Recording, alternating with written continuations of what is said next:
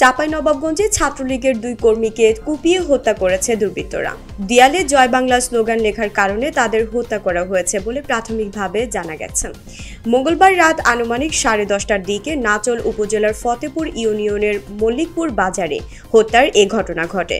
নিহতের মধ্যে মাসুদ আলী উপজেলার খুলশী গ্রামের এজাবুলের ছেলে এবং চাঁপাইনবাবগঞ্জ পলিটেকনিক ইনস্টিটিউটের ইলেকট্রিক্যাল ডিপার্টমেন্টের শাখা ছাত্রলীগের সভাপতি।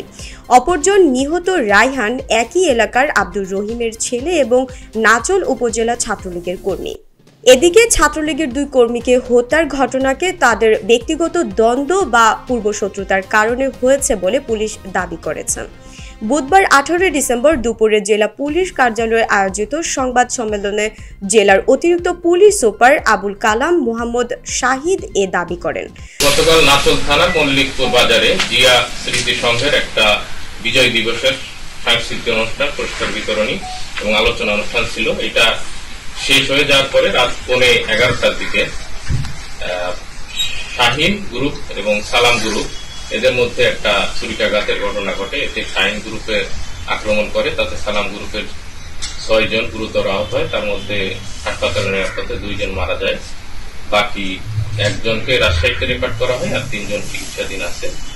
তো এখানে ঘটনা যেটা ঘটেছে, গত 12-13 দিন আগে এই শাহিন এবং সালাম এরা একটা পেয়ারা বাগানে কাজ করত। পেয়ারায় পলিথিন বাঁধা, এই বাঁধা অবস্থায় সালাম প্রসাব করতে যায়। এইটা আবার শাহিন ভিডিও করে ফেসবুকে ছড়িয়ে দেয়। এটা নিয়ে তাদের মধ্যে একটা রেশের তৈরি হয়। 10-12 দিন পূর্বে এটা মীমাংসা হয়, কিন্তু তাদের মধ্যে দ্বন্দ্বটা থেকেই যায়।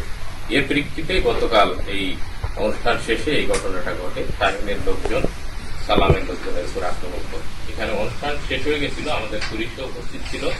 পুলিশ পুরাটা অনুষ্ঠানে ছিল। শেষে যখন চলে যায় তখনই এই ঘটনাটা ঘটে। তো এটাই রাজনৈতিক যে বিষয়টা আসছে, আসলে আমরা এই ধরনের কোনো কিছু পাইনি। এখানে জয় বাংলা লেখার কারণে বা স্লোগান দেওয়ার কারণে যে ঘটনা ঘটেছে তা না। আর ফেসবুকে যেটা আসছে এটা আমরা অবশ্যই খতিয়ে দেখবো, এটা কারা ছড়াচ্ছে। আমরা এই বিষয়ে 2 জনকে গ্রেফতার করা হয়েছে। বাকি যারা জড়িত আছে 7-8 জন জড়িত আছে আমরা বুঝতে পারছি। বাকিদেরকেও দ্রুত গ্রেফতার করে আইনে মামলা এখনো হয়নি। বাদী বা ভিকটিম পক্ষ এজাহার দিকে আমরা কি একটা মামলা হবে না আলাদা?